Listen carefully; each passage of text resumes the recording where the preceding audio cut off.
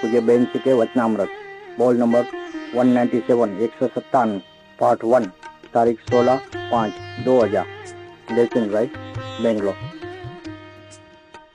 नमो अर्यंताणम नमो सिद्धाणम नमो आयर्याणम नमो उवज्जायाणम नमो लोये सौवसावणम नमो समय साराय स्वानुभूत्या चकास्ते चित्त स्वभावाय भावाय सर्वभावांतरचिले मंगलम भगवान वीरो मंगलम गौतमो गणी मंगलम कुंद कुंदार्यो जैन धर्मोस्तु मंगलम सर्वमंगल मांगल्यम सर्व कल्याण कारकम प्रधानम सर्वधर्माणम जैनम जयतु शासनम ओंकार बिंदु संयुक्तम नित्यम ध्यायन्ति योगिनो कामदम मोक्षदम चैव ओंकाराय नमो नमः। पूज्य बहन श्री के वचनामृत नंबर है 197 197। ये समय साल की मोक्ष अधिकार की 294 गाथा है। 294 गाथा के ऊपर प्रवचन करते हुए बहुत अच्छे बोल निकले हैं। आत्मा को पहचानने के लिए विधि जो होती है ओरिजिनल तो बताएगी। और सोनगढ़ में तो जहाँ गुरुदेव विराजते थे वहीं वो जीवन भर वो भी वहीं रहे। बचपन से ही 15 साल की उम्र में पहली बार कांटेक्ट हुआ गुरुदेव और साधना की छोटी उम्र में। 18 साल की उम्र में तो आत्मा का अनुभव हुआ। इसके बाद उनको जाति स्मरण ज्ञान भी हुआ। भूतकाल की भगवान के पास थे वो सब बातें याद आई। ये तो निवृत्ति लेकर के शादीशुदा थे लेकिन संसार ज्यादा बढ़ाया नहीं और पति ने भी मंजूरी दे दी उनके वैराग्य देख करके और वो अकेले वहां रहने लगे सोनगढ़ में। जहाँ गुरुदेव है वहीं मेरे को रहना है। तो दिन 2 टाइम तो प्रवचन होता था जाहिर में, तब जा सकते थे गुरुदेव के पास। धीरे धीरे और भी बहनें आने लगे तो उनका कमरे के आजू बाजू सब ब्रह्मचारी बहनें रहने लगी। और ब्रह्मचारी बहनें जो थी वो शाम के टाइम में फिर गुरुदेव के पास नहीं जा सकते थे क्योंकि शाम के टाइम में तो अलाउड नहीं था वहां जाने। तो जहाँ माता जी विराजमान थे वहीं माता जी का लेक्चर होता था और वो लोग सब सुनते थे। तब समय साल के 294 गाथा के ऊपर आचार्य देव के जो रहस्य है वो इन्होंने यहाँ खोले हैं और ये प्रवचन दिया है। उसमें से थोड़ा टुकड़ा इधर लिया है सारांश वाला। प्रज्ञा सैनी को शुभ अशुभ भाव और ज्ञान दोनों की सूक्ष्म अंतर संधि में पटकना, ये बात लिया। प्रज्ञा सैनी, सैनी माने वो नहीं जो टुकड़े करते हैं पत्थर को तोड़ता है, वो सैनी ऐसे दार वाली रहती है लोहे का, ऊपर से हथौड़ा मार के पत्थर को तोड़ते हैं। खासतौर पे लादी का किनारी तोड़ना है तो छेनी वो छीनी। तो प्रज्ञा छीनी मतलब प्रज्ञा रूपी छेनी। आत्मा में जानने की शक्ति है क्योंकि आत्मा में ज्ञान आदि अनंत गुणों का पिंड है। ये जानने की शक्ति के द्वारा निरंतर कुछ न कुछ जानना होता है। लेकिन अज्ञान अवस्था में, संसार अवस्था में जीव अपने ज्ञान को बर्बाद करता है, देखने में, सुनने में, फालतू के वेस्ट कर देता है। अब वो कोई जीव सत्संग में आकर के सदगुरु की बात समझ में आवे और उसको भावना जागे कि मुझे अभी आत्म कल्याण कर लेना है और अब मुझे और कुछ नहीं चाहिए मेरे परमात्मा के सिवाय, शांति के सिवाय, ऐसा निर्धार करके फिर वो जो जानने का काम करता है, वो जानने में वो चाहता है कि मुझे न सुनना है, न देखना है, न चखना है, मुझे तो सिर्फ मेरे आत्मा को ही देखना है। तो जो ज्ञान पहले पंच इंद्रियों के विषयों में भटकता था, बर्बाद होता था, वही ज्ञान का उपयोग अपने आत्मा को देखने की प्रवृत्ति में रुका और अंतर में दृष्टि लगाने लगा, तो ऐसे ज्ञान को आचार्य देव ने प्रज्ञा नाम दिया है। जो ज्ञान बाहर देखे वो ज्ञान है फालतू का, उसको अज्ञान भी कहा है। क्योंकि क्यों, अपना प्रयोजन नहीं है बाहर में, फिर क्यों देख, बाहर से तो सुख आने वाला नहीं, फिर देख के क्या मतलब है। जितना ज्ञान अपने आत्मा को छोड़ करके बाहर देखे वो तो उसको अज्ञान कहा, उसको ज्ञान कहा है। और जो ज्ञान निरंतर कोशिश करे मुझे अपने आत्मा को ही देखना है, जहाँ से वो ज्ञान निकला है उसको ही देखना है, इसको आचार्य भगवंत ने प्रज्ञा नाम दिया। हमेशा ने उसको भगवती प्रज्ञा नाम दिया। भगवती, जैसा आप नहीं पुरुष को भगवान बोलते हैं, ये प्रज्ञा जो है वो स्त्रीलिंग वचन है, तो उसको ले भगवान, उसका अपोजिट भगवती। ये जो ज्ञान का उपयोग जो आत्मा को अंदर में देखने की कोशिश करता है, प्रयास करता है देखने का, और जिसको आत्मा के दर्शन करना है, इसके बिना चैन नहीं पड़ता है, ऐसे जो ज्ञान का उपयोग है तो उसको प्रज्ञा कहा और उसको छेनी की उपमा दी। छेनी माने क्या, ये छेनी दो टुकड़े कर देती है, अलग अलग कर देती है। दो चीज ज्वाइंट हो गई है, उसको अलग करना है तो छेनी मार के हथौड़ा मारे तो अलग हो जाए। ऐसे ये जो अंतर में जो आत्मा को जानने का जो व्यापार चलता है ज्ञान का, वो जीव को संसार में रहते हुए भी, सब घर बार कुटुंब परिवार सब में रहते हुए भी, संसार के जो पहले जो क्रिया करता था वही क्रिया करने पर भी जीव को चारों ओर से हटा देता है, तो एक आत्मा में लगा देता है, अलग कर देती है, दूसरों से अलग कर देती है। अब आंख है लेकिन वो देखना नहीं चाहता है, तो अलग हो गया ना दूसरों से। कान है लेकिन सुनना नहीं चाहता है, तो अपने आप वो सबसे अलग हो गया, अलग थलग हो जाता है, क्योंकि उसका एक ही ध्येय, मुझे मेरे परमात्मा को देखना है। ऐसी जो प्रज्ञा छीनी, उसको किस प्रकार से सही ढंग से काम करना वो बता रहे हैं। तो प्रज्ञा छीनी को शुभ अशुभ भाव पल पल में हो रहे हैं, कुछ न कुछ अच्छे बुरे विचार आए हैं, चाहे पाप के हो चाहे पुण्य के। यहाँ बैठे बैठे दुकान की याद आ गई, कोई काम याद आ गया तो पाप का परिणाम होगा, और सुनने में मन लगा तो पुण्य का काम होगा। ऐसे पल पल में पाप पुण्य ऐसा कुछ न कुछ, कभी पाप ज्यादा हो गया कभी पुण्य ज्यादा हो गया, ऐसे भाव आते ही रहते हैं।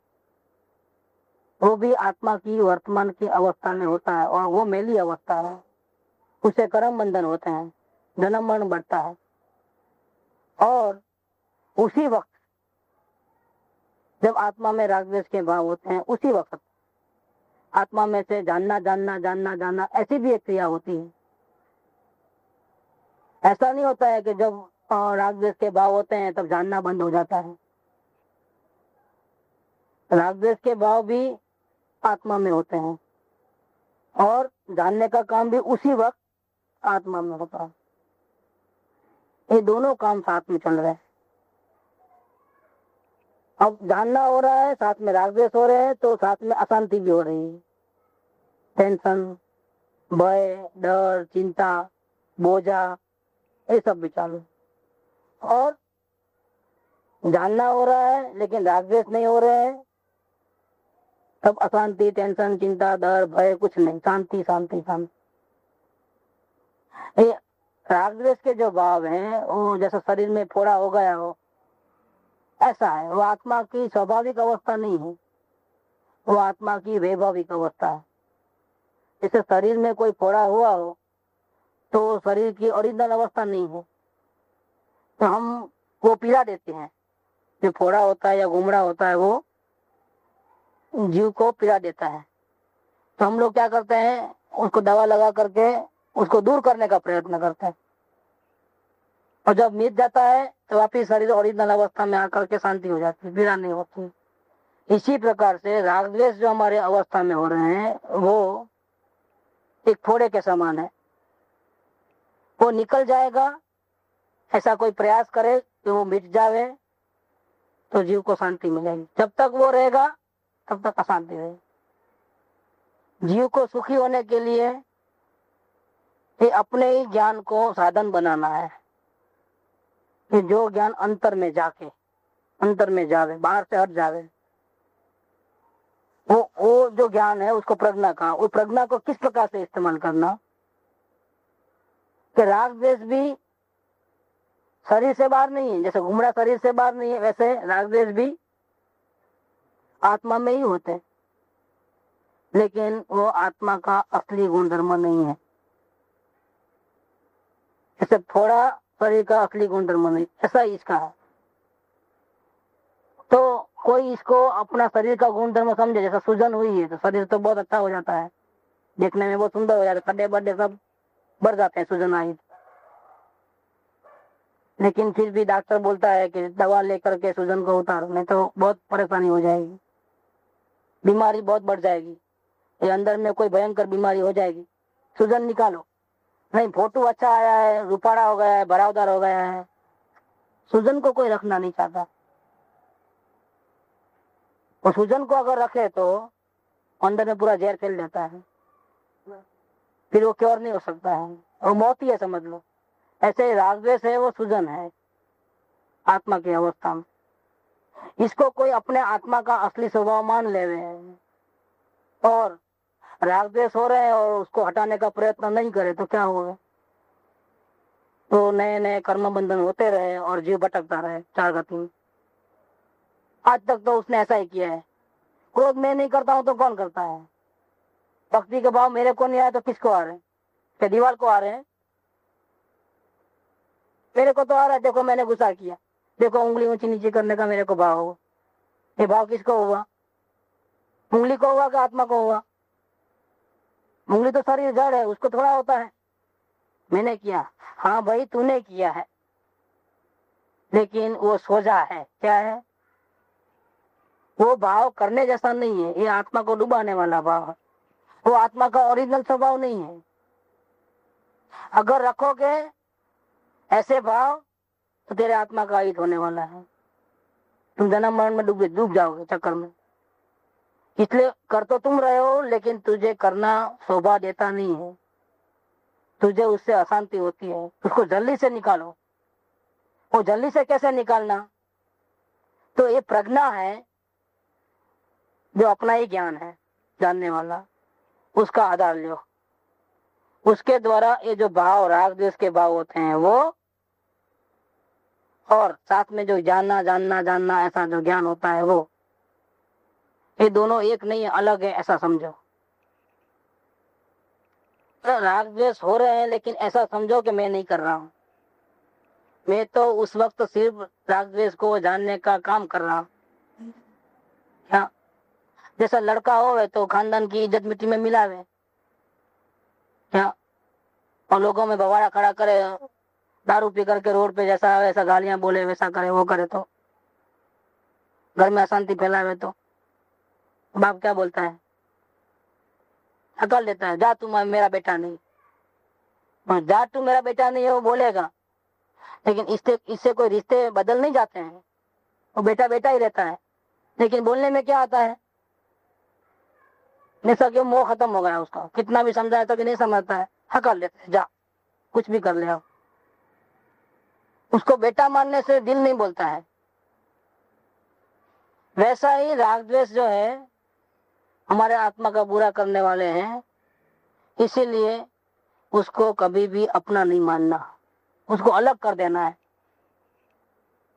क्योंकि जीव को अशांति उसके कारण से है। अपना है, आपको नहीं कर रहे हैं, फिर भी अपने में करने देना योग्य नहीं है, उसको हकाल देना है। और अपना जो ओरिजिनल स्वभाव है, जो जानना जानना जानना जानना, उसको अपना मानना। तो प्रज्ञा का काम क्या? कि प्रज्ञा का काम है कि जो राग और द्वेष, पुण्य और पाप, उसके जो बार बार जो अंदर में मन के द्वारा जो विचार आते हैं और आत्मा में से जो ज्ञान होता है, ये दोनों को अलग अलग समझना। अलग अलग समझना माने मैं पाप करता हूं, मैं पुण्य करता हूं, मैं भक्ति करता हूं, मैं क्रोध करता हूं, ऐसा नहीं समझना। इसके बदले ऐसे समझना कि मैं तो सिर्फ जानने का ही काम करता हूं, राग द्वेष करना मेरा स्वभाव नहीं है, मैं तो जानना जानना जानना जानना वही मेरा स्वभाव है, वो मेरा स्वभाव है, वो मेरा असली रूप है। राग द्वेष करना मेरा असली रूप नहीं है, वो तो फोड़े के समान है। वो काम किसको करना है? स्वयं को। कैसे करना है? अपने ही ज्ञान के द्वारा करना। ऐसा समझना है कि मैं ज्ञान रूपी दर्पण हूं और मेरी नजीक में ये राग द्वेष हो रहे हैं, अपनी अवस्था में ही हो रहे हैं। इसीलिए राग द्वेष का फोटो दर्पण के सामने रहने से देखो ये भाव आया, देखो ये भाव आया, देखो ये भाव आया, ऐसा करके अपने ज्ञान में मालूम पड़ता है। जैसे दर्पण के सामने कोई नजीक चीज रखो, लाल फूल रखो तो लाल प्रतिबिंब पड़ेगा, पीला रखो तो पीला पड़ेगा। ऐसे ही जो जो विचार आते हैं वो हमारे आत्मा के आईने में पड़ते हैं, तो ज्ञान उसको जान लेता है। देखो क्रोध का भाव आया, देखो भक्ति का भाव आया, देखो दुकान जाने का भाव आया, देखो खाना खाने का भाव आया, देखो टीवी देखने का भाव आया। ऐसा हम क्या करते हैं कि वो आत्मा ने किया समझ लेते हैं, वास्तव में वो आत्मा के दर्पण के सामने का भाव है। जैसे बिंब पदार्थ और आईना ये आमने सामने रहते हैं, तब बिंब का फोटो आईने में गिरता है। फोटो नहीं गिरता ऐसा नहीं, फोटो जरूर गिरता है, फिर भी बिंब और आईना दोनों अलग अलग ही रहते हैं, कभी एक नहीं होता है। भले उसमें प्रतिबिंब गिरा है लेकिन वो अलग अलग ही रहते हैं। इसी प्रकार से जीव सुबह से शाम तक 24 घंटा और ऐसा करते करते सारी जिंदगी चाहे जितने भाव करे क्या, लेकिन वो भाव बिंब की तरह आत्मा में घुसते नहीं है, ज्ञान में घुसते नहीं है। वो सारे के सारे विकार, अशांति और पैदा करने वाले भाव, क्रोध मान माया लोभ, भक्ति पूजा के भाव, वो आत्मा में नहीं घुसते हैं। आत्मा में तो इसका प्रतिबिंब पड़ता है और ये भाव बाहर रह जाते हैं। अब हमारा काम क्या? हमारा काम दोनों को अलग अलग जानना कि जितने भी विकल्प है मेरे नहीं है, चाहे पाप के हो चाहे पुण्य। मेरे को घबराने की कोई चिंता नहीं है। मैं राग द्वेष होते हुए भी मैं कभी मलिन होने वाला नहीं हूँ, मैं तो भगवान स्वरूप। ये बात यहाँ कहते हैं। और इतने नजीक नजीक है और एक ही अवस्था में, आत्मा की अवस्था में है कि लोगों को भ्रम हो जाता है कि देखो क्रोध मैंने किया, देखो मैंने ऐसा भाव आया। असल में आत्मा को भाव नहीं आया है, आत्मा में उसका फोटो गिरा है। लेकिन इतना इतना नजीक नजीक रहते हैं कि लोगों को भय होता है कि अरे मैं बहुत पापी हो गया, अब मैं क्या करूं, कहाँ जाऊं, अब मुझे पूजा करना है, भक्ति करना है ताकि वो पाप मिट जाए। उसके लिए कई प्रकार के प्रपंच करता है, लेकिन पाप मिटता नहीं है, क्योंकि वो अंदर में घुसा हो तो मिटे ना, घुसा ही नहीं है। क्रोध होते हुए होता है तब आत्मा क्रोधी हुआ ही नहीं है, सिर्फ क्रोध को जाना है। इसीलिए उसके जितने भी प्रयत्न हैं क्रोध नहीं करने के, पूजा भक्ति मंत्र जाप उपवास, वो सब फेल हो जाते हैं। इतना करने के बाद भी वो क्रोध को हटा नहीं सकता है। क्रोध को हटाना है तो एक ही उपाय है, क्रोध मेरे में होता ही नहीं है, मैं तो पवित्र भगवान आत्मा हूँ, मैं तो सिर्फ जानने वाला हूँ। ऐसा करे और जानने वाले में नजर रखे तो क्रोध कभी होगा नहीं, ये गारंटी है। लेकिन हम क्रोध होता है तो अपने को क्रोध ही मानते हैं क्या, और फिर क्या करते हैं, अरे कहाँ जाऊंगा मैं, दुर्गति में चले जाऊंगा, इसलिए मुझे क्रोध नहीं करना है, लेकिन हो जाता है तो उससे बचने के लिए अब कुछ करना है। तो असल तो काम मालूम नहीं है क्या करना है क्रोध को हटाने। फिर पूजा भक्ति उपवास शास्त्र पढ़ना, उठ बैठ करना, उधर भागना इधर भागना, ये सब कर लेता है। नायक पेशा है, उसे तो संसार सुख में हो जाए। गायक नायक जैसा ही है, नहीं तो नायक भाव ही है। हाँ, वैसे तो जीवन ही संसार ही सुखी हो जाए। हाँ बिल्कुल, नायक जैसा रहे तो। हाँ बिल्कुल हो जाएगा, क्योंकि अंदर में तो शांति है और शांति का जो धाम स्वयं है। अगर जीव क्रोधादि भावों को न देखे, क्योंकि वो अपने नहीं है, उसकी चिंता न करे, उसको हटाने की भी चिंता न करे, रखने भी चिंता न करे, करने की भी चिंता न करे, तो उसे परे है, वो अलग जान ले और मैं तो सिर्फ जानने वाला हूँ, ऐसा करके अपने आत्मा में दृष्टि करे तो क्रोधादि भाव उत्पन्न होते ही नहीं। ये तरीका बताते हैं कि उपयोग को बराबर सूक्ष्म करके, क्या एकदम ध्यान से देखना सूक्ष्म करके।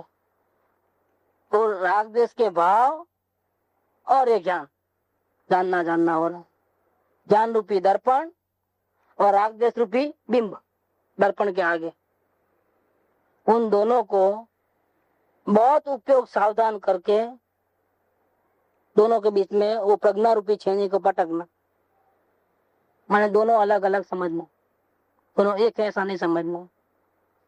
सावधान होकर के माने क्या, अर्थात बराबर सूक्ष्म उपयोग करके। अभी बहुत विषय गंभीर है, अब तक तो आत्मा को जानना है ऐसी भावना करी और उसके लिए अवलोकन किया, लेकिन उस वो विधि में हमने प्रिपरेशन किया। ये अब वास्तव में हमको आत्मा को देखना है, अब दूसरा प्रपंच नहीं करना है, बिल्कुल अटेंशन, बिल्कुल सूक्ष्म उपयोग करके, पक्का निर्धार करके, बिल्कुल सावधान होकर के, लक्षण के द्वारा पहचान कर, लक्षण के द्वारा पहचानना कि जब राग द्वेष होते हैं और ऐसा समझते हैं कि मैं राग द्वेष कर रहा हूं, ऐसा मानते हैं, तो क्या होता है, आत्मार्थी जी को क्या होगा, हमको आत्मखांति चाहिए, ठीक। और अंदर में देखते हैं तो राग द्वेष के कई प्रकार के विकल्प चलते हैं। उसको जब देखता है मालूम पड़ता है अंदर में देखते ही, और वो राग द्वेष के भावों को अगर अलग नहीं मानेगा, मैं कर रहा हूं ऐसा मानेगा, तो इसका मतलब क्या हुआ, उसको एक चिंता हो जाएगी कि इससे तो मेरा कर्म बंधन होता है, तो मेरे को इन सबको हटाना है। और ये हटाने का भाव है वो क्या है, यही कर्तृत्व भाव है, ज्ञातत्व भाव नहीं है। दबाना भी नहीं, हटाना भी नहीं, लाना भी नहीं, राजी भी नहीं होना, नाराज भी नहीं होना, क्योंकि अपने में होते नहीं है, आत्मा के में गुण ही नहीं है, अवस्था में है, स्वभाव में नहीं है। शरीर में है थोड़ा, लेकिन शरीर का असली गुणधर्म क्या, उसको तो मिटाना है। तो मिटाने का तरीका बता रहे हैं कि कैसे मिटाना। तो उसको अपना मानोगे तो एक नया प्रॉब्लम सुनोगे, इसको हटाओ, क्यों, नहीं तो बहुत कर्म बंधन हो जाकर मैं दुर्गति में चला जाऊंगा। अच्छा, इसको हटाना है और आत्मा का अनुभव करना है। इस पे द्वेष, राग द्वेष के भावों के ऊपर, और सम्यक दर्शन की पर्याय उस पे राग, क्या जो है उसको हटा देना है और जो नहीं हुआ है उसको लाना है। ये उठापटक चालू हो गई नहीं, तो नजर जहाँ रहनी चाहिए वहां रहती नहीं। नजर कहाँ रहनी चाहिए, स्वभाव में, द्रव्य के ऊपर, और नजर रहती कहाँ है, राग द्वेष को हटाने की और सम्यक दर्शन को लाना है। हम ये चाहते हैं, हम नहीं चाह खड़ी हुए कि मेरे जानने में राग द्वेष न आवे, मेरे जानने में मेरा भगवान आ जावे, ऐसी एक चाह है। और ये सारे के सारे विकल्प हट जावे और मैं निर्विकल्प हो जाऊं, एक भी विकल्प नहीं रहे। मुझे आत्मा का ज्ञान नहीं है तो आत्मा का ज्ञान हो जावे, मेरी नजर बाहर पड़ी है वो बाहर न रहे, अंदर आ जावे, ऐसी एक नई चाह उत्पन्न हुई। इस चाह के कारण जीव का लक्ष्य अपने स्वभाव पे नहीं रहता है, अवस्था पे चले जाता। जीव का लक्ष्य अपने मूल स्वभाव पे रहे, इसीलिए वो जरूरी है कि बेकार की चिंता न करे। क्रोध अवस्था में हुआ है, अंदर में नहीं हुआ है, तो चिंता करने की जरूरत, अलग समझो। क्रोध को अपना मानेगा तो अशांति खड़ी हुई, कुछ करना, क्या करना, राग द्वेष को हटाना, और क्या करना, सम्यक दर्शन को लाना, एक नई चिंता खड़ी कर दी, ये अशांति पैदा की। जहाँ राग द्वेष है वहाँ अशांति है, जहाँ राग द्वेष नहीं है, सिर्फ जानना मात्र है, वहाँ शांति नहीं है। तो यहाँ कहते हैं कि बहुत सावधान होकर के राग द्वेष के भाव और अपना जो ज्ञान है वो दोनों को अलग अलग समझो, दोनों को अलग कर दो, ज्ञान से अलग करो। ऐसे तो हम राग कोई हाथ में थोड़ा आता है, हवा थोड़ी हाथ में आती है, राग दिखता है क्या, उसका कौन सा कलर है राग द्वेष का, इस दोनों अंदर में ही है, लेकिन अंदर में ही एक अपना है और एक अपना नहीं है। राग द्वेष के पुण्य पाप के भाव अपने नहीं है, तो उसको अपना मत मानो, तो उसको निकालने की जरूरत नहीं है, हटाने की जरूरत नहीं। और जो जानना है वो तो अपना है, तो उसको देखते जाओ। तो जहां से वो ज्ञान निकला है उस पे नजर चले जाएगी तो आत्मा के दर्शन हो जाएंगे। आत्मा को कैसे देखोगे? कि वर्तमान जो ज्ञान है उसके द्वारा ही आत्मा को देखा जाएगा। तो ज्ञान तो है, लेकिन वो ज्ञान राग द्वेष को हटाने में पड़ा है, क्योंकि वो ऐसा समझता है कि मैं मैला हो गया हूँ, मैं क्रोधी हो गया हूँ, मैं रागी हो गया, मैं द्वेषी हो गया। बहुत बड़ा प्रॉब्लम होता है। भगवान है संपूर्ण परिपूर्ण शुद्ध पवित्र, जो स्वयं है वो, और उसको वो क्रोधी मानी लोभी ऐसा पामर गिनता है, भिखारी गिनता है, भगवान नहीं गिनता है। इससे क्या होता है कि उसको तो सर्वश्रेष्ठ वस्तु चाहिए, उसको लोभी क्रोधी ऐसी चीज नहीं चाहिए, इसीलिए तो अपने आत्मा को नहीं देखता है। अपना कोई दुश्मन होता है जिसपे हम क्रोध करते हैं, द्वेष करते हैं, वो सामने आता है तो हम उसको नजर नहीं मिलाते हैं, क्योंकि बहुत गुस्सा है उसके ऊपर, आंख मिला के उससे बात नहीं करेंगे हम। अब यहाँ हमको ज्ञानी कहते हैं कि तू अपने आत्मा को देख, तू भगवान स्वरूप है, लेकिन हमने अपने भगवान को भगवान नहीं स्वीकार किया है। हमने कैसा उसको माना है? पामर, क्रोधी, लोभी, रागी, द्वेषी, संसारी, पवित्र नहीं माना है। तो सब लोग कहते हुए भी हम अपने स्वरूप को देखते नहीं है। ज्ञानी का फरमान है तुम देख अपने आत्मा को, लेकिन हम उसको पवित्र नहीं समझते हैं, इसलिए ऑटोमेटिकली हमारी नजर वहां जाती नहीं है। जिस दिन हम उसको भगवान मानेंगे, राग द्वेष वाला नहीं मानेंगे, उस दिन हम आंख में मिला सकेंगे उसके साथ, क्योंकि हमको ऐसे फालतू लोग पसंद नहीं है, पापी लोग। हमको तो भगवान पसंद है, शुद्ध पवित्र वस्तु चाहिए। तो जो अपने आत्मा को क्रोधी लोभी मानी मानेगा वो आत्मा को नहीं देख पाएगा।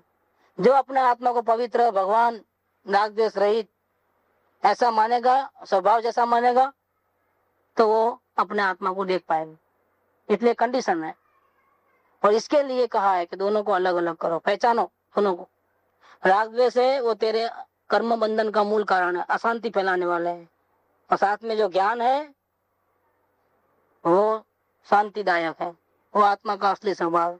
तुम राग द्वेष को छोड़ करके, ज्ञान को छोड़ करके राग द्वेष को क्यों देखते हो? पवित्र भाव तेरा स्वभाव तो ज्ञान है, उसको तो नहीं देखते हो, और राग द्वेष के कचरे को, पुण्य पाप के भाव को देखते भी हो, हटाते भी हो, करते भी हो। तो पूजा तो करनी चाहिए, फिर क्या जरूरत है? क्रोध तो नहीं करना चाहिए, क्या जरूरत है? बस करने नहीं करने में आग लगाई पूरी। जब तेरे में नहीं होते तो तुम क्यों मगजमारी करते हो? इतने सारी प्रपंच क्यों करते हो? तुमको राग द्वेष के, क्रोध, पूजा के, भक्ति के भाव दिखते हैं, लेकिन जिसके अंदर वो पूजा और भक्ति के और राग द्वेष के भाव दिखते हैं, जानने में आते हैं, वो ज्ञान तुझे नहीं दिखता है। दोनों वहां है ना, ज्ञान भी है और राग द्वेष के भाव है। तुम राग द्वेष को देखते हो, हटाने का प्रयत्न चालू कर देते हो, और ज्ञान को देखते नहीं। समझ में आ रहा है गलती कहाँ हो रही है? ज्ञान भी वही है और राग द्वेष के भाव भी वही है।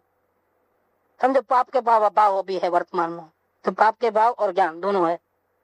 हम पाप के भाव को देखते हैं, क्रोध को, और ज्ञान को नहीं देखते हैं, तो फौरन हमको ये विचार आएगा कि नहीं नहीं नहीं, क्रोध तो नहीं करना चाहिए, हटाओ उसको, ऐसा विचार आए बिना नहीं रहेंगे। अथवा कम से कम हटाना नहीं है तो भी ये ठीक नहीं है, ऐसा भाव तो आएगा आएगा आएगा। ये प्रपंच खड़ा किया। अगर उस टाइम में ज्ञान को देखता तो ये पंचायती खत्म पूरी। ज्ञान को देखता तो क्रोध तो अपने आप भाग जाता।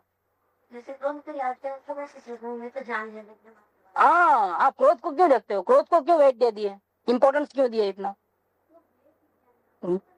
अवलोकन में ऐसा नहीं। अवलोकन में तो अपने को हर भाव को देखना है। जैसा आज शाम में जो लेक्चर चला ना, वॉच करना कि हमको कहाँ रस है। उस टाइम में ऐसा नहीं कि मैं जानने वाला हूँ, उस टाइम में तो भावों को देखना है, कुछ छेड़छाड़ी नहीं कर, तो उनमें भी ज्ञान ही काम करेगा। ज्ञान के द्वारा राग आदि भावों को देखना है, पुण्य के पाप हो, बाप के भाव हो, जो भी हो देखना है।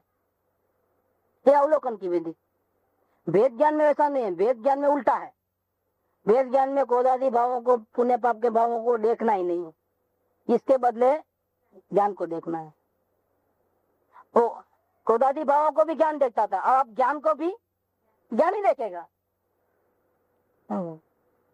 तो अवलोकन क्या था कि अवलोकन एक्सरे निकालना था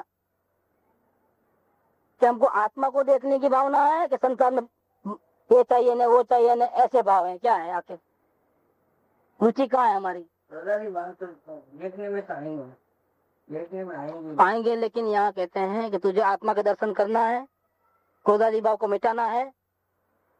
अगर हाँ तो आएंगे, लेकिन तुम देखना नहीं, तुम ज्ञान को ही देखना, तोड़ देना, तो देखना ही नहीं बस, क्योंकि उसके बाजू में ही तो ज्ञान खड़ा है, जो स्वभाव है, आत्मा के दर्शन करना है।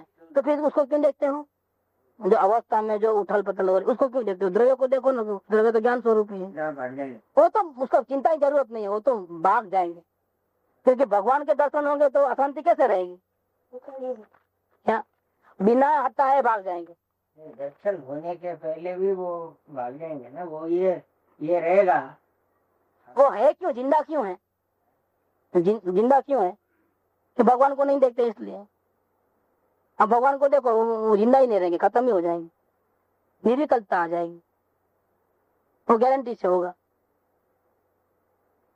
तो अनंत काल से सब कुछ किया, शास्त्र पढ़ा, कई प्रकार के व्रत तप उपवास किए, लेकिन कभी ज्ञान को कहाँ देखा? ज्ञान में शरीर को देखा, कुटुंब परिवार को देखा, बंगला मोटर गाड़ी को देखा, सीन सीनरी देखा, सुना, बहुत कुछ किया, चखा, लेकिन कभी मुड़ करके कहाँ से मैं निकल रहा हूँ, अपने ज्ञान को कहाँ देखा? यही तो एक गलती बाकी रह गई, सब कुछ जाना लेकिन अपने को नहीं जाना, और इसके कारण राग देश हुए, फिर कर्म बंधन हुए, फिर गया दुर्गति में भटकने के लिए। यही बड़ी गलती है, मूल गलती ये है। इसलिए तो वेद ज्ञान को महामंत्र है। वेद ज्ञान ही महामंत्र है, नहीं आता है ये वेद ज्ञान माने क्या? सिर्फ ज्ञान को देखना, रागादि भावों को भी नहीं देखना, हो रहे हैं फिर भी नहीं देखना है, जाओ। जैसे लड़का हमारा है लेकिन दारू पी रहा है, गालियां दे रहा है, नहीं है, जाओ, आज से तुम्हारा मेरा रिश्ता नहीं, आना नहीं, मेरा सूरत नहीं दिखाना, नहीं बोलते हैं? वैसा ही अपने में ही हो रहा है, लेकिन हमको नहीं देखना है, हमको शांति चाहिए, हमको अशांति नहीं चाहिए। जिससे अशांति हो उसको देखना ही नहीं है, तो वो भावों को भी नहीं देखना है, और भाव जिस कारण से हो उसको भी नहीं देखना है। जैसा रसगुल्ला देखा और खाने का भाव आया क्या, तो पहले रसगुल्ले को देखते थे तो भाव होते थे, उन भावों को देखा तो रसगुल्ला हट गया नजर में से, भाव दिखा। अब भाव को भी नहीं देखना है, न रसगुल्ले को देखना है, न रसगुल्ले को खाने वाले भाव को देखना है, हमको तो जानने वाले ज्ञान को देखना है। एक दृष्टांत अच्छा है, कटोरे में पानी लेके पूर्णिमा के दिन बाहर चल जाओ तो चांद दिखता है, चांद प्रतिबिंब पड़ता है, उस पानी को पीने से अभी थोड़ी चांद को पी लिया, नहीं पिया, ऐसी आत्मा झलकता है, अनुभव में आता है, मैं हूँ, ऐसा अनुभव होता है। वो अपना इतना मैं हूँ, मैं शुद्ध पवित्र हूँ, रागादि भाव मेरे में नहीं है, इतना अपने अंदर से प्रतीति आवे, जन्म मरण का बीज खत्म हो गया, इसको बोलते हैं आत्मा का अनुभव। इतनी सी बात कि मेरे में राग द्वेष होते ही नहीं, इसलिए अब मुझे राग द्वेष को हटाना ही नहीं, और समय दर्शन को लाना ही नहीं चाहिए मुझे मोक्ष बॉक्स, क्योंकि मुझे आत्मा मिल गया, मैं काय को मोक्ष की इच्छा करूं। ज्ञान के द्वारा अपने जहाँ से ज्ञान आता था वो भगवान को देख लिया, तो विश्वास किया कि वास्तव में मैं भगवान हूँ, ये कोई झोंक नहीं है, संसार है, संसारी हूँ, कुटुंब परिवार वाला हूँ, वो तो एक नाटक है, असली चीज नहीं है, असली चीज तो मैं भगवान आत्मा हूँ, परिपूर्ण शुद्ध। ऐसा एक बार अंतर्मुख होकर के सारी दुनिया को नहीं देखना, नहीं सुनना करके, अंदर में जो भाव होते हैं उसको भी नहीं देख करके, उसको हटाने का माथापूरी करे बिना सीधा वो ज्ञान को देखे, तो अभी उसके आत्मा का दर्शन हो जाए, 1 सेकंड में हो जाए। क्या बात इतनी सी है। समय दर्शन माने कोई उठ बैठ करना है, कोई वजन उठाना है, कोई जिम्मेदारी संभालना है, ऐसा कुछ नहीं करना है। सिर्फ ज्ञान का उपयोग, एंगल बदल डालो। जो ज्ञान में हम बाहर पदार्थों को देखते हैं, सुनते हैं, वहां से उसको हटाओ और अपने भावों में लगाओ, अवलोकन करो, ठीक, अंदर में जाओ, फिर वहां से भी हटाओ और वो ज्ञान को ही देखो। बात फिनिश। इतना काम करना है, ज्यादा काम नहीं करना है। आत्मा का अनुभव करना मैंने कोई ज्यादा उठा पटक बाहर नहीं उठाना है। इतना काम करने के लिए हमको संसार, घर बार, कुटुंब, परिवार छोड़ने की कोई जरूरत नहीं है। वो हम घर में रहते हुए कर सकते हैं।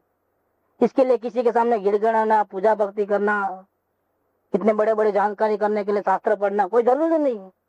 माला फेरने, हाँ कर सकते हैं। संसार का कार्य संसार में। बच्चों का ऐसा ध्यान क्यों बैठ गया? नहीं, इतना बड़ा पहाड़ आ गया, ये घर बनाना है, उसके बाद ही करूंगा, नहीं झमेला होगा। उनको क्यों ऐसा पहाड़ नीचे लग रहा है? उनको लगता है जैसे हम इधर ध्यान देते हैं तो बाहर से रुचि हमारी हट गई है। हम होवे तो भी ठीक, नहीं होवे तो भी ठीक। जो पहले क्या था कि इधर का ध्यान नहीं था, ये लक्ष्य नहीं था, तो बाहर का काम रुचि पूर्वक करते थे। थोड़ा ही बिगड़ता था तो आग बबूला हो जाते थे, ऐसा नहीं, ऐसा करो, ऐसा नहीं। अब तो जैसा हो ऐसा करना है, और जल्दी हो तो भी ठीक, लेट हो तो भी ठीक, क्योंकि हमारा प्रयोजन बदल गया। अब पहले मकान बनाने का प्रयोजन था, अब प्रयोजन क्या है कि बने तो भी ठीक, नहीं बने तो भी ठीक, अच्छा बने तो भी ठीक, जैसा है ऐसा बने तो भी ठीक, हमको तो मेरा आत्मा का दर्शन पहले कर लेना है। इतना इतना फर्क आया है। तो रुचि से कोई काम नहीं करते हैं तो सामने वाले को मालूम पड़ जाता है कि भले ही वो आता है, बातें करता है, लेकिन इसको कोई इंटरेस्ट नहीं है मकान बनाने में। तो ऐसे भले ही वो कारीगर नहीं आवे, काम वाला नहीं आवे, वो 6 महीना निकल जावे, क्या वो सहन कर लेता है, लेकिन रुचि नहीं है, वो सहन नहीं कर पाता है।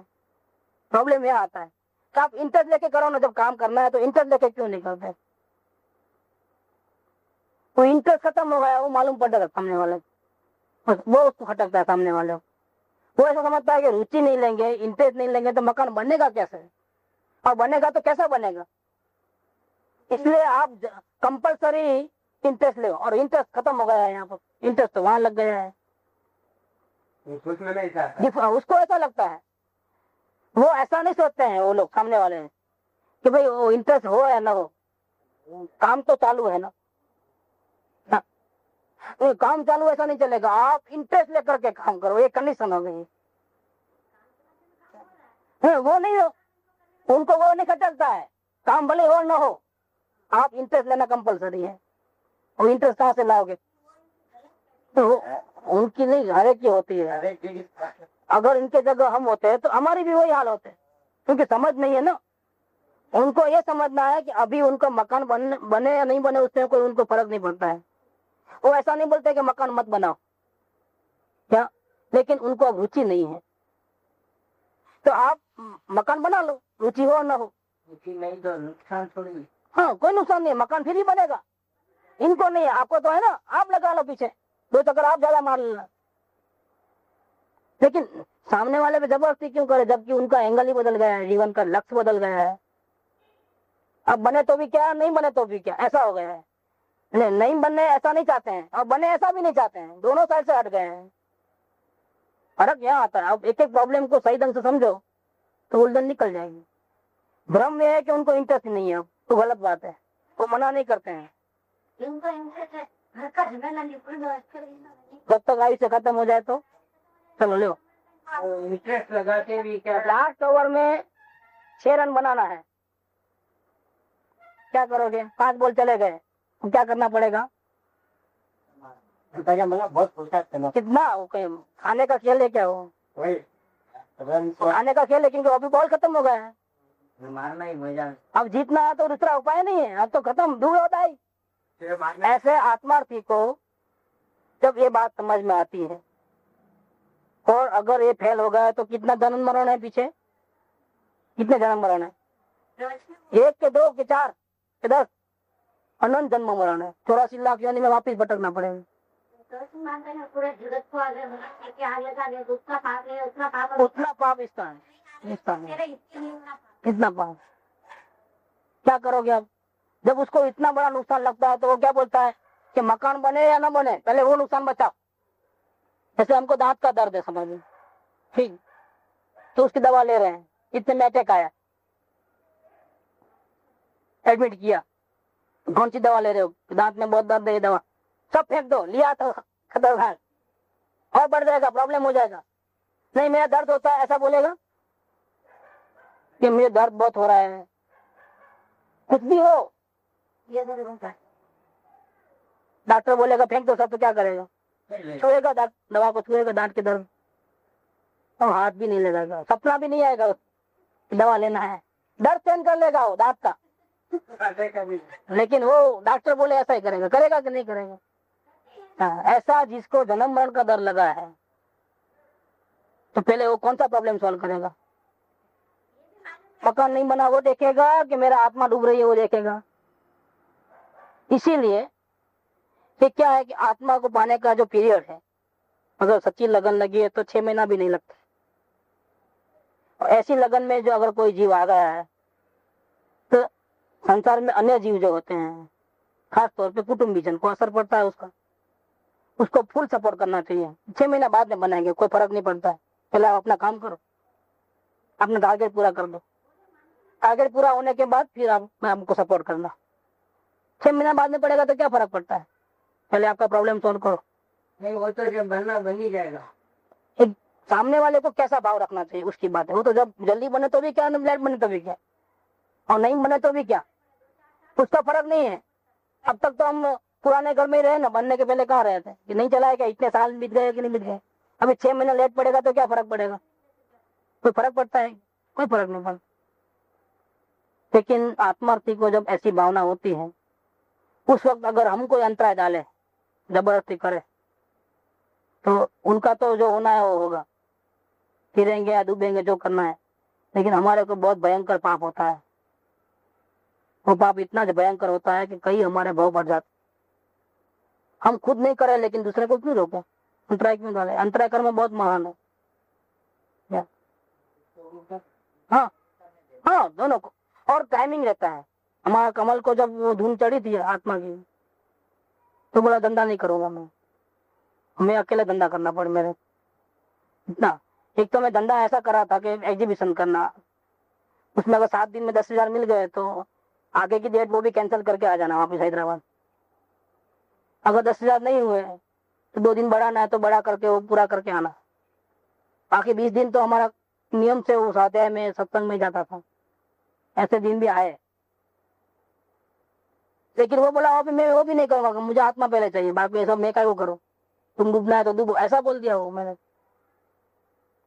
तो एग्जीबिशन जो फिट हो गया, फिर फिक्स हो गया था, तो फिर वो तो आया नहीं, तो उसकी मम्मी को बुलाना पड़ा था, तुम तो भी हेल्प करो, मैं अकेला नहीं संभाल सकता हूँ। कॉस्टली आइटम चोरी हो जाए तो क्या करें, एग्जीबिशन में तो भीड़ रहती है, तो मोती के सेट वगैरह जो है। तो हम दोनों ने सिर्फ इडली खा करके पूरा एग्जीबिशन संभाला, वो तो आया ही नहीं। मैं नहीं आऊंगा, मुझे आत्मा करना है, ऐसा करते रहो। और घर में भी कोई काम बोले तो नहीं करे, मैंने को नहीं करा, आप जानो आपको काम कर। इतना निर्मोही, मतलब निर्दयी निर्मोही, ऐसा चलते रहो सब। एक दिन चाय पीने, सुबह उठा, चाय पीने का टाइम आया, अब बैठ के नाश्ता आया वो, उतने में कोई मम्मी ने उसको काम दिया था, मैं नहीं करूंगा। उस टाइम में मैंने उसको बोल दिया, देख सम्यक दर्शन अगर करना है, आत्मा का अनुभव करना है, तो मैक्सिमम 6 महीना अगर सही भावना रही तो, शुद्ध भावना रही, तुमको 6 महीना नहीं, तुमको डबल टाइम, कितना 12 महीने। अभी तो इसने थोड़ा बहुत बोला तुमको, कहा घर में मैं सबको बोल लेता हूँ, तुझे जरा भी हैरान नहीं करना, तुमको वक्त पे 2 टाइम की रोटी मिल जाएगी, तुमको टीवी देखना है टीवी देखना, जो करना है तुम आजादी से जो करना है 12 महीने तक। अगर 12 महीने में अगर तूने काम नहीं किया, मतलब आत्मा का दर्शन नहीं किया, तो मैं तुझे घर से बाहर निकाल दूंगा, नहीं चाहिए तुम मेरा। किसका, तेरे अकेले को आत्मा का दर्शन करना है, हम लोगों को आत्म साधना नहीं करनी है क्या? तेरी मम्मी को भी करना है, मेरे को भी करना है, तेरे को भी करना है, तो हम एक दूसरे को सपोर्ट नहीं करें, हम साधारण विवाह हो गया। बाप बेटे का, माँ बेटे का रिश्ता वो पति पत्नी का है, वो है, लेकिन आपको भी आत्मा का कल्याण करना है, मेरे को भी करना है उसका, तो एक दूसरे को सपोर्ट नहीं कर सकते क्या हम? क्या तुम अवलोकन करते करते, वेद ज्ञान करते करते काम नहीं करते क्या, घस जाता है तो?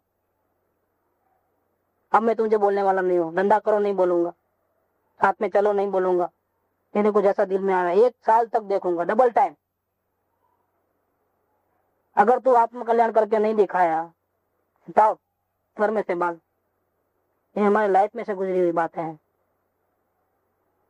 उसका ठिकाना जो है, उसको ढीला होगा तो टाइट हो गया बराबर, एकदम ठिकाने पे आ गया। आग्रह छूट गया उसको, ये नहीं करूंगा करूंगा कुछ नहीं। वो आग्रह मार डालता है, ये नहीं करना है, वो नहीं करना है। जैसा आप ये समझो कि वो मेरे को प्रेशर करते हैं तो मेरे को रोक रहे हैं आत्मकल्याण में, इसलिए मैं जाऊंगा ही नहीं, तो आपका आग्रह तो आप मरोगे। उनका आग्रह रहेगा तो उनको तकलीफ हो जाएगी, तो दुखी रहेंगे। आपको बोल नहीं सकेंगे लेकिन वो दुखी हो जाएंगे। जो आग्रह रखा वो मरा।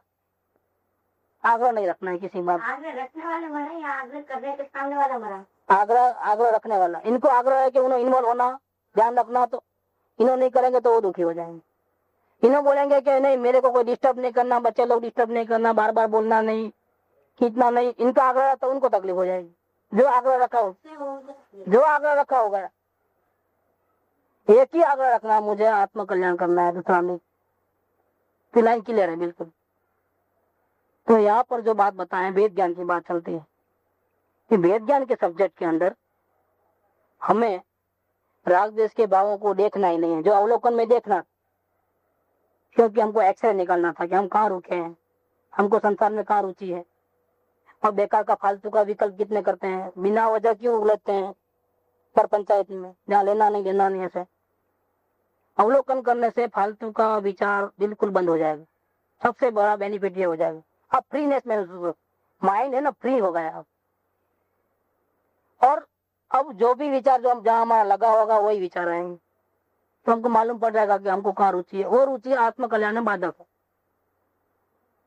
बस समझ में आ गया कि हमारा यहाँ नुकसान होता है, क्लियर समझ में आने से फिर हम उसका ऑपरेशन कर सकते हैं कि उसको कैसे हटाना। अपने आत्मभावना से भी हटा सकते हैं, या सदगुरु को पूछ करके उपाय करके भी वो रुचि को तोड़ के हम आत्मा की रुचि में आ सकते। जिसमें रुचि है वो पहले मालूम करना, इसीलिए पहले अवलोकन करना। लेकिन वो जो रुचि जो समझो कुटुंब में, पैसे में है, किधर बच्चे में है, किधर भी है, बार बार उसके विकल्प आएंगे। नहीं भले ही कितने, मोस्टली क्या होता है, अपने सर्कल बहुत छोटा रहता है। सारी दुनिया की रुचि करते हैं। अमेरिका में धरती कम हो जाए तो उनको क्या होता है, आपके चामराज पेश के बाजू वाले गली में आग लगे तो आपको क्या होता है, अरे आपके सामने वाली लाइन में दुकान के वहां आग लगे तो आपको क्या होता है, कुछ होता है, प्रॉब्लम है कुछ। हर एक जीव का अपना अपना सर्कल रहता है, जिसमें वो अपनापन करता है कि मेरा लड़का, मेरा घर, मेरी तिजोरी, मेरा कुटुंब, मेरा बंगला, मोटर, उधर ही उसका प्रॉब्लम रहता है। उतने में रुका रहता है वो जीव। उसको जब पता चले तो फिर उतना मामूली सर्कल को तोड़ना कोई बड़ी बात नहीं है, बहुत इजी खत्म कर सकता है वो। उसके लिए सत्पुरुष का गाइडेंस होवे और खुद को क्लियरली मालूम पड़े कि मैं कहाँ रुका हूँ, बस इतना काफी है। फिर आ जाओ, सत्पुरुष उसका उपाय बताते हैं, वेद ज्ञान करना। बस वेद ज्ञान करते ही लाइन क्लियर उसी बोली। बस एकदम सिस्टमेटिकली साइंटिफिकली मार्ग है। अंधेरे में गोली नहीं मारना है, बिल्कुल जागरूक अवस्था में एक एक चीज को परख करके हम करना है, और आसानी से हो सकता है, बिल्कुल क्लियर हो सकता है। मेरे को नहीं मालूम आपके दिल में क्या है, लेकिन आपको तो मालूम पड़ेगा ना कि आप क्या क्या करते हो। बहुत इजीली काम हो सकता है। तो क्यों नहीं, काम ये करना है कि हमको राग देश को भी नहीं देखना है।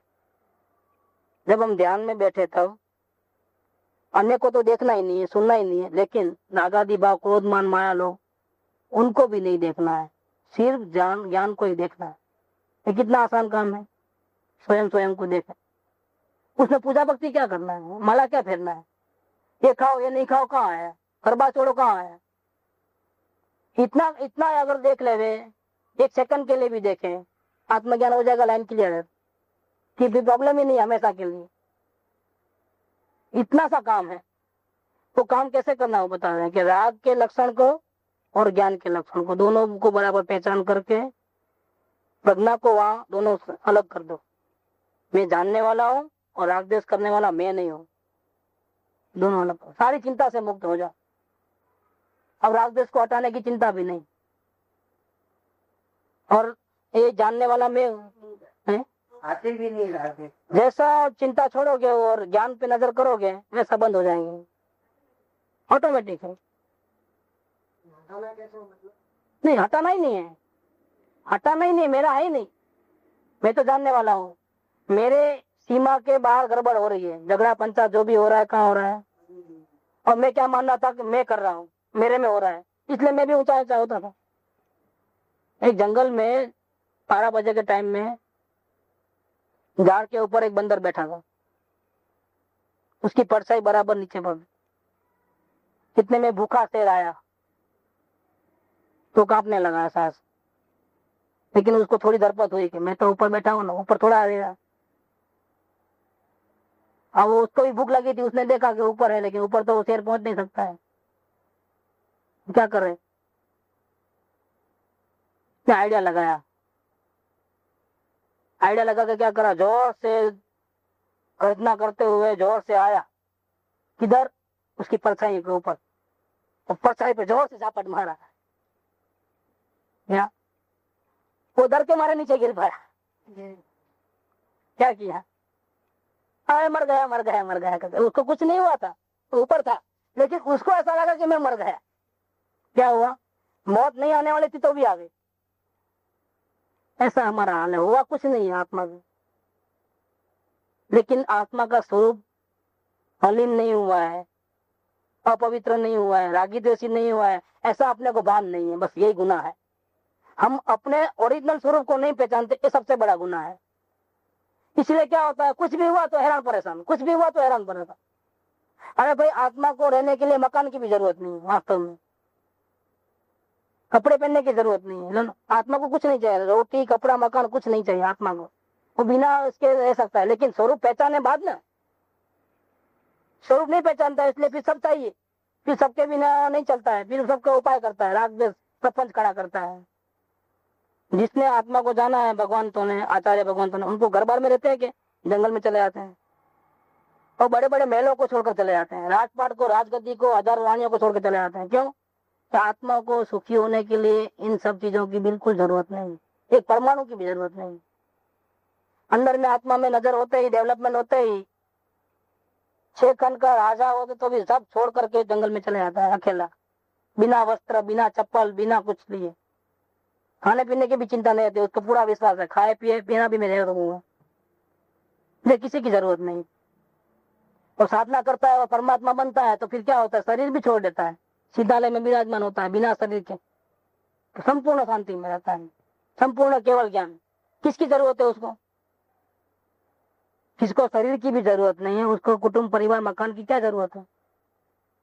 लेकिन ये जीव को अपना स्वरूप नहीं मालूम है, इसीलिए उसको चाय में शक्कर नहीं हो तो भी नहीं चले, दाल में नमक कम हो तो भी नहीं चले, इतना वो आसक्त है, गुलामगिरी है, गुलामी में जीता है और राग द्वेष करता है और दुखी होता है बेकार का, बिना वजह।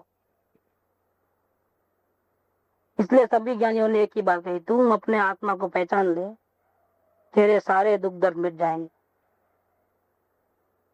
इसका उपाय हम बताते हैं, कल सुबह उसका आगे का पोर्शन लेंगे, क्योंकि आगे राग को और ज्ञान को अलग कैसे करना दृष्टांत देकर के समझाया है कि दो चीज को अलग कैसे की जाती है, कैसे उपयोग को सूक्ष्म करना। उपयोग को सूक्ष्म करने का दृष्टांत तो अभी दे दो, जैसे बारीक सोए में धागा पुरोना है तो कितना हमारा अटेंशन हो जाएगा, सूक्ष्म हो जाएगा ना। बातें करते करते कर सकते क्या हो काम, बड़े सोया में धागा पुरोना है तो हम बातें करते कर ले, लेकिन बारीक सोए में धागा पुरोना है तो चारों ओर से उपयोग हटा देना और इधर ही लगाना बराबर देख कर। ठीक, अब 10 जनों का कंपटीशन रख दो, सोए धागा सब रख दो वहां 10 टेबल में, यहाँ से जाना लेना पुराना, जो सबसे पहले 2 जने पे कर ले वे वो सेमीफाइनल में आ जाएंगे, बाकी सब आउट, 8 के 8। और जो सेमीफाइनल में आया उसको 5-5 हजार रुपया इनाम। क्या अभी उपयोग कितना सूक्ष्म होगा, 1 सेकंड भी वेस्ट करेगा और अटेंशन कितना होगा। अब समझो फाइनल में सेमीफाइनल में आ गए 2 जने, अब 1 लाख रुपए का इनाम जो पहले आएगा सेकंड टाइम, अब क्या होगा? और भी सूक्ष्म है।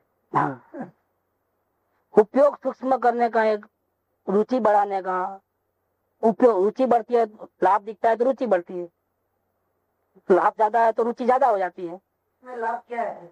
किसमें? लाभ दिखाई नहीं देता। दिखाई नहीं देता है, इसीलिए सत्संग में आना है। क्या सत्संग में आपको बताएंगे कि आपका वर्तमान जीवन में आपको कितनी तकलीफें हैं और ज्ञानियों के जीवन में कितनी शांति है, वो बताएंगे। वर्तमान जिंदगी जैसे जियोगे तो भविष्य कैसा दुखमय होने वाला है वो बताएंगे, और ज्ञानियों के जैसा जीवन जियोगे तो क्या लाभ होने वाला है वो बताएंगे। ये हमको समझ में नहीं है, वो समझ में आएगा तो कौन मूर्ख है जो हमारा ताकत होते हुए भी हम छोड़ देवे सब।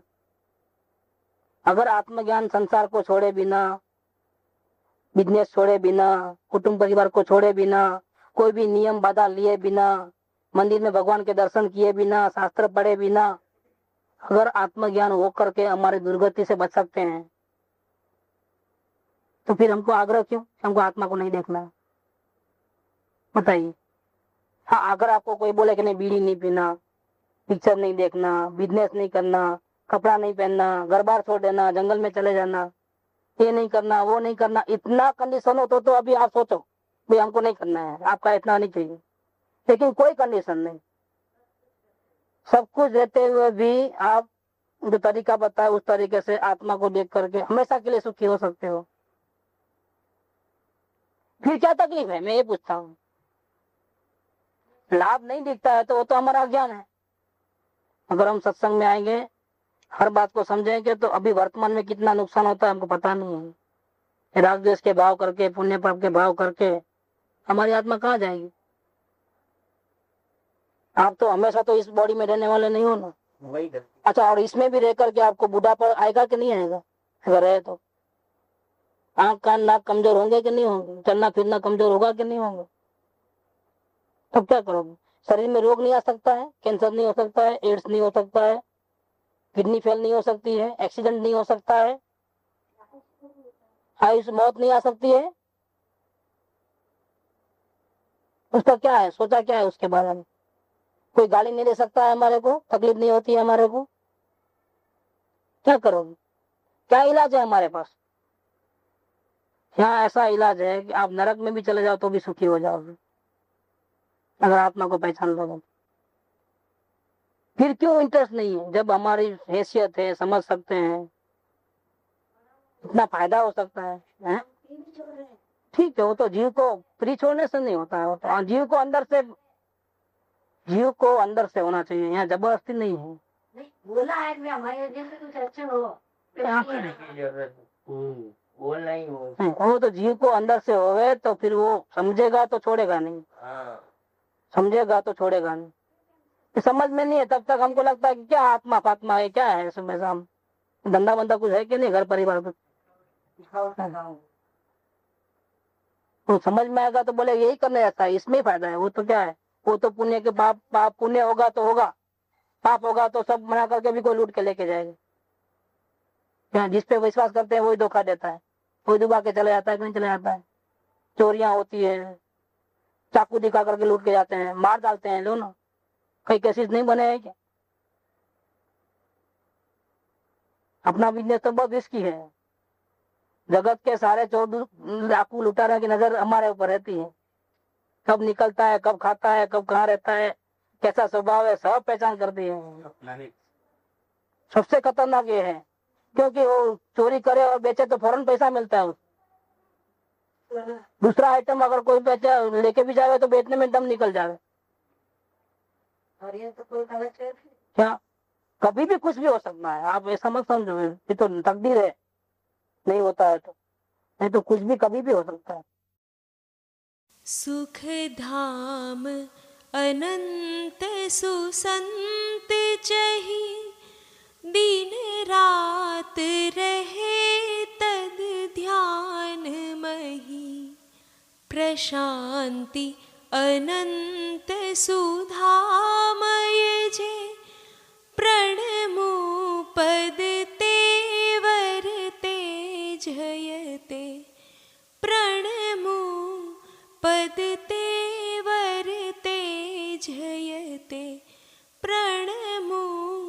पद तेवर तेज